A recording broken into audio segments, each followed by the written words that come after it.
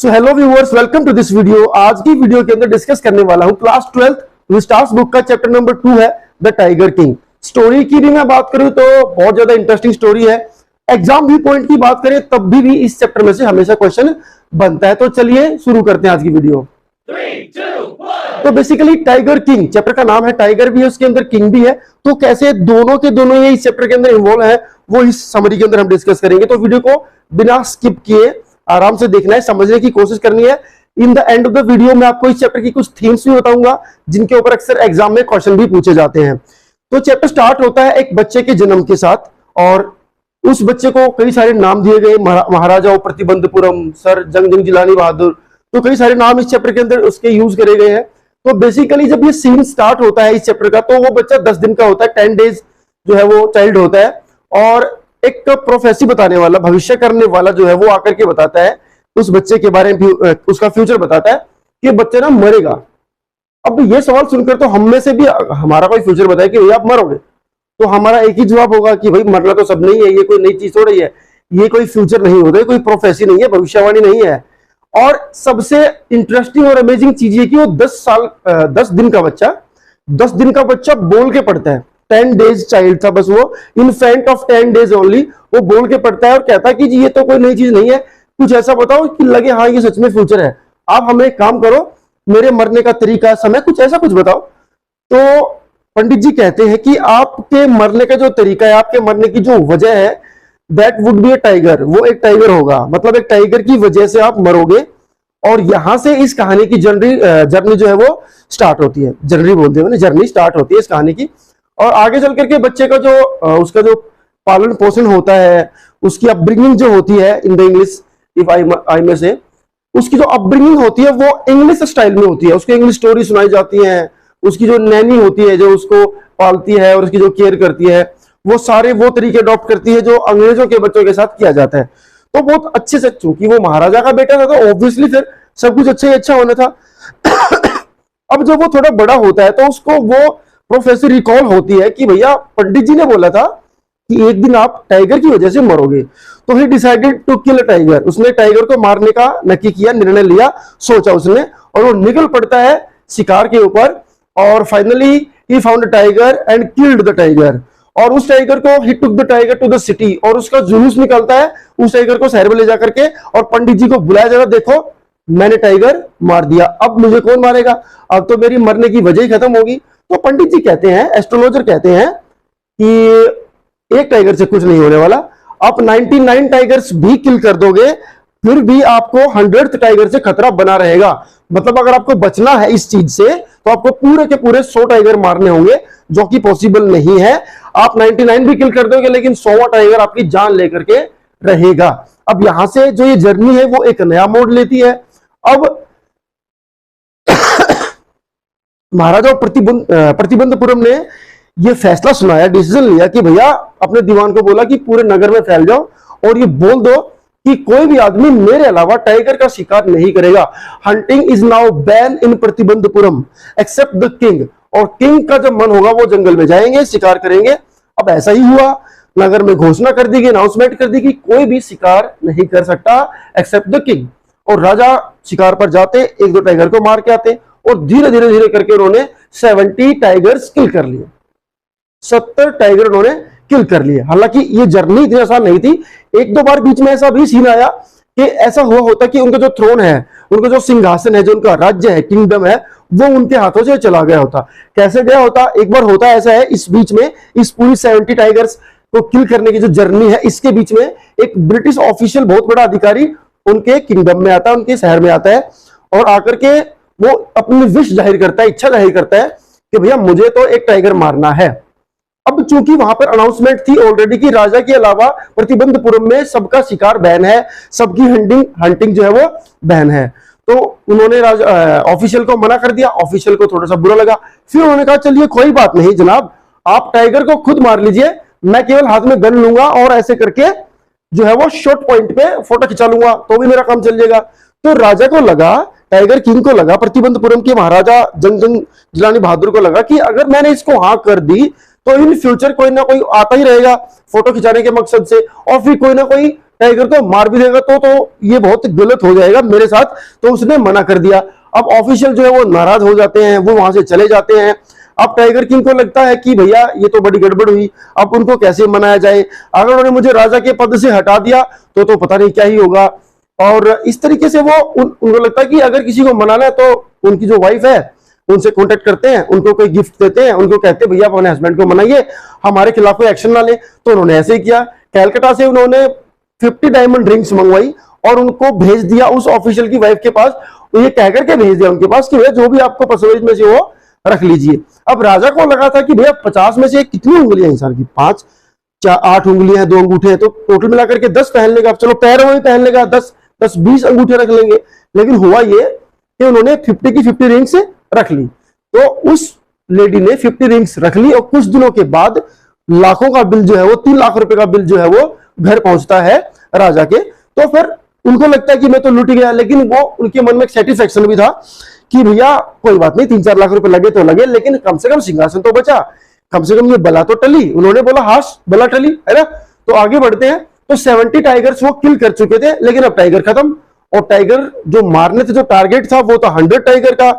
अब और टाइगर कहां से लाए जाए, तो दीवान को बुलाया, कहा कि भैया आसपास के जितने भी राज्य हैं उन सबकी लिस्ट बनाइए और जिनमें ज्यादा टाइगर हैं, ठीक है, और उस लिस्ट के अकॉर्डिंग ये भी सेट कर लीजिए कि इनमें से किस किस राजा की जो बेटी है वो मेरे से शादी करने लायक है। तो एक लिस्ट बनाई गई, सब कुछ किया गया और फाइनली एक लड़की सूटेबल मैच ढूंढ लिया गया। अब राजा साहब का तो टारगेट जो है वो शादी, तो चलो ठीक है कोई बात नहीं, लेकिन जो मेन टारगेट था, बिहाइंड द टारगेट जो टारगेट था वो था कि कैसे न कैसे करके मुझे अपने 100 टाइगर जो है वो कंप्लीट करने हैं। तो अब वो बारी, वैसे तो इंसान ससुराल कम ही जाता है, ठीक है, लेकिन इस कहानी में दिखाया गया कि राजा जो है वो जल्दी जल्दी जो अपने मिसेस को बोलते कि चलो तुम्हारे मायके घुमा के लेके आता हूं। और मकसद क्या था, वहां जाना और वहां कोई ना कोई टारगेट टाइगर जो है वो मार के रहते। तो बार बार वो जाते रहते, हर बार 1-2 टाइगर जो है वो मार के आते। धीरे धीरे करके उन्होंने अपने ससुराल के सारे इन लॉज का जो उनका राज्य था वहां के सारे टाइगर जो है वो खत्म कर दिए। और अभी तक भी गिनती जो है वो 99 तक ही पहुंची। तो 70 टाइगर उन्होंने अपने स्टेट में खत्म करे, 29 अपने ससुराल में खत्म करे, बचा 1। अब उस 1 के लिए जो है वो उनको टाइगर मिल ही नहीं रहा था।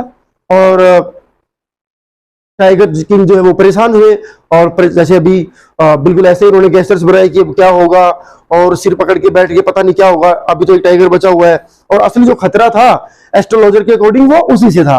लेकिन इसी बीच एक खबर आती है कि अड़ोस पड़ोस के किसी गांव में डेली जो है वो कुछ शीप्स जो है वो मारी जा रही हैं। अब शीप्स या बकरियों का मरने का मतलब है किसी न किसी टाइगर ने उनको मारा होगा। राजा एकदम से खुश होते उन्होंने दीवान को बोला कि 2-3 साल का टैक्स जो है वो लोगों का माफ कर दिया जाए, इस खुशी में कि चलो टाइगर के होने का एक सिंबल हमें, कोई साइन हमें, कोई सबूत हमें मिला। लेकिन असल में जब उन्होंने ढूंढने की कोशिश करी तो उनको टाइगर नहीं मिला। इस बात से राजा को फिर से गुस्सा आया, फिर दीवान को बुलाया और दीवान को बुलाकर कहा कि टैक्स को डबल कर दो। और दीवान को लगा कि राजा साहब हमारे बौखला गए हैं, अब ये कुछ भी कर सकते हैं, और यहां तक कि हमारी अगर टाइगर को जल्दी जल्दी नहीं मिला तो हमारी नौकरी भी खा सकते हैं। तो उन्होंने नक्की किया कि भाई कुछ ना कुछ तो करना है। तो उन्होंने एक नेशनल पार्क में, मद्रास के एक पीपल्स पार्क में जो है वो कोई टाइगर देखा था। तो वहां के उस पार्क से टाइगर को लाया गया गाड़ी में रख करके, और उन्होंने पूरा डिसीजन और पूरा प्लानिंग, उसको प्लॉटिंग कर लिया कि हमें क्या करना, टाइगर को लेके आना है, उसको जंगल में छोड़ देना है, सुबह सुबह महाराजा को जाके बताएंगे कि जनाब टाइगर मिल चुका है, जाइए बंदूक लीजिए और उसको मार दीजिए। ऐसा ही हुआ, उन्होंने गाड़ी की डिग्गी में रखा, टाइगर को लाए और जंगल में लाके छोड़ दिया। कमजोर से टाइगर था। नेशनल पार्क मतलब किसी जू से या कहीं से लाया गया तो कमजोर ही था, वो बेचारा बीमार सा टाइगर था, लेकिन टाइगर तो था। कहानी का जो मोरल है, पॉइंट जो है वो ये कि वो टाइगर था। तो चलिए टाइगर को लाया गया, राजा को सूचना दी गई कि जनाब एक टाइगर देखा गया है। राजा निकले बंदूक लेकर के और जाकर के जो है वो टाइगर सामने खड़ा है और गोली चला दी। वो टाइगर नीचे गिर गया। राजा खुश, 100 टाइगर मेरे कंप्लीट हुए, टारगेट अकम्प्लिश, अब मुझे कोई खतरा नहीं है, मेरी जान को कोई खतरा नहीं है, अब मैं नहीं मरूंगा। और वो आते हैं और अपने सिपाही को बोलते हैं इस टाइगर को लेकर के आओ और इसका पूरा प्रोसेसन, जुलूस जो है वो निकाली जाएगी पूरे नगर के अंदर, और बताया जाएगा सबको कि मैंने देखो I am the tiger king, और मैंने कैसे अपने इस नाम को प्रूफ करके दिखाया है कि हाँ मैं टाइगर किंग हूं, मैंने 100 चीते जो है 100 शेर मार दिए।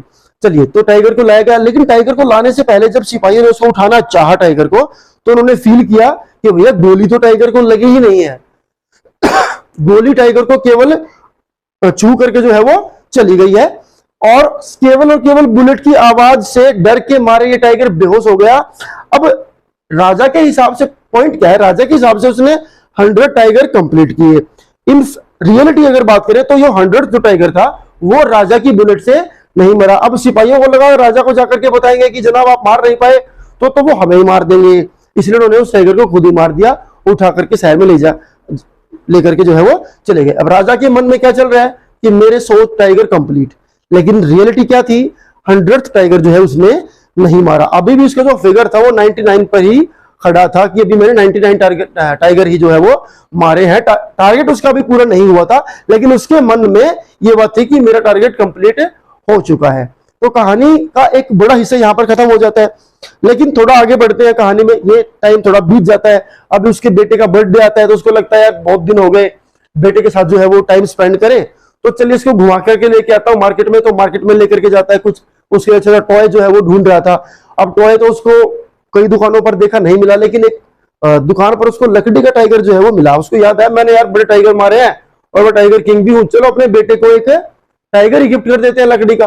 तो ले लिया उन्होंने उस टाइगर को, लेकिन अनफॉर्चुनेटली उसकी जो फिनिशिंग थी इस टाइगर की बहुत अच्छी नहीं थी, और उसकी जो सरफेस थी उसके ऊपर बहुत सारी नुकीली कीलें जो है वो नेल्स जो है वो उठी हुई थी। तो आकर के घर आते हैं, मैं उसको लेकर के आते हैं घर, तो अपने बेटे के साथ वो खेल रहा था उसी टाइगर से, खिलौने वाले से, लकड़ी के टाइगर से, और खेलते खेलते उसकी एक बेट जो है वो उसके हाथ में घुस जाती है। It was very common thing, हमारे साथ भी होता है, और उन्होंने उसको निकाला और फेंक दिया। उसके कुछ दिनों के बाद उसके उस जगह पर जो है वो जख्म बन जाता है, फिर धीरे धीरे वो जख्म फैलता जाता है और वो इन्फेक्शन जो है पूरे हाथ में फैल जाता है, और डॉक्टर साहब उसको हॉस्पिटलाइज कर देते हैं और उसका ऑपरेशन होता है। ऑपरेशन के बाद जब डॉक्टर बाहर निकल करके आते हैं तो कहते हैं operation is successful but the tiger king is dead. Operation successful हुआ, लेकिन जो राजा है वो मारे गए। पता नहीं है कैसे सक्सेसफुल हुआ होगा ये ऑपरेशन कि राजा की मृत्यु हो गई। अब कहानी यहां पर खत्म हो जाती है।